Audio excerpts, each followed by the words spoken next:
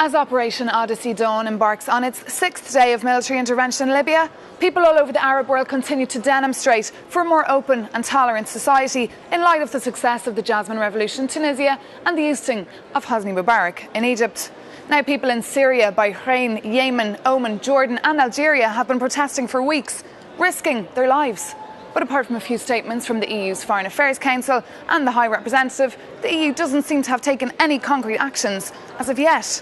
For more, I'm joined by the Finnish MEP Heidi Hautala from the group of the Greens here in the European Parliament. She's the chair of the subcommittee here in the European Parliament for Human Rights. Thank you very much for joining me here for Thanks coffee. For the invitation. No problem. Now, as an expert and an activist in human rights, you've obviously been following these uprisings and the unrest that's been taking place all over the Arab world and the Mediterranean since the start of January. So what do you think, why do you think the EU is not taking action now on Bahrain and Yemen on the Arabian Peninsula? I really have a feeling that we haven't learned the lesson that we say we have learned. It is that we should not cooperate with dictators.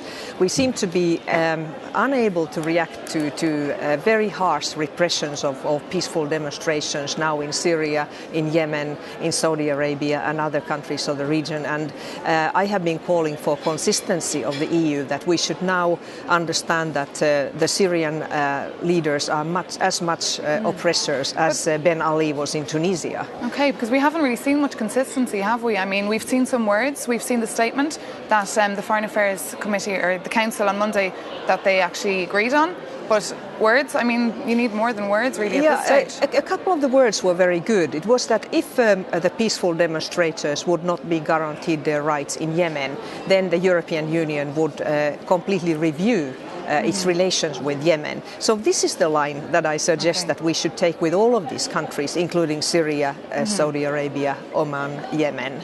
Okay, and what about Robert Cooper? Now, Robert Cooper is kind of the right-hand man of Cathy Ashton from the EEAS. He's a bit of a guru on foreign affairs policy, but just this week, right here in the European Parliament, he actually said that he actually stood up and justified the killings of civilians in Bahrain this week. He said it was an accident? What do you think of that? Do you think he should resign from his post? Yes, actually, I think it really is a scandal that in the name of the High Representative of the European Union, Madam Ashton, it has been said that one should understand the authorities were right to restore calm and order, and that's what they have done.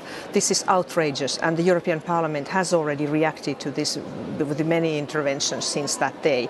And we should really ask Madam Ashton to consider seriously if Mr. Cooper should keep his high place in her service. Because at the end of the day, 30% of our oil imports is coming from the Arabian Peninsula, so we're very much dependent on this region, and good EU relations is important for us. So what lessons do you think, what's the biggest lesson the EU can learn from this? Well, it is that now is really the time of human rights.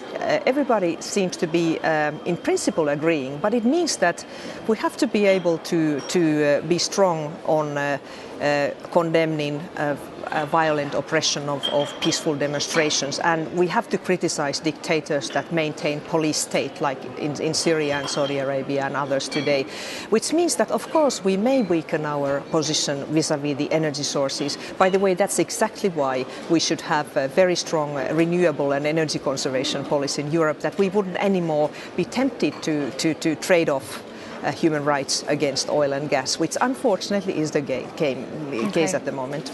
And just finally there, as the head of the subcommittee on human rights, you were actually in Tunisia yourself twice since Ben Ali stepped down. How was that, and what feeling did you get there, and do you think that the Arabian Peninsula countries are going on the same road?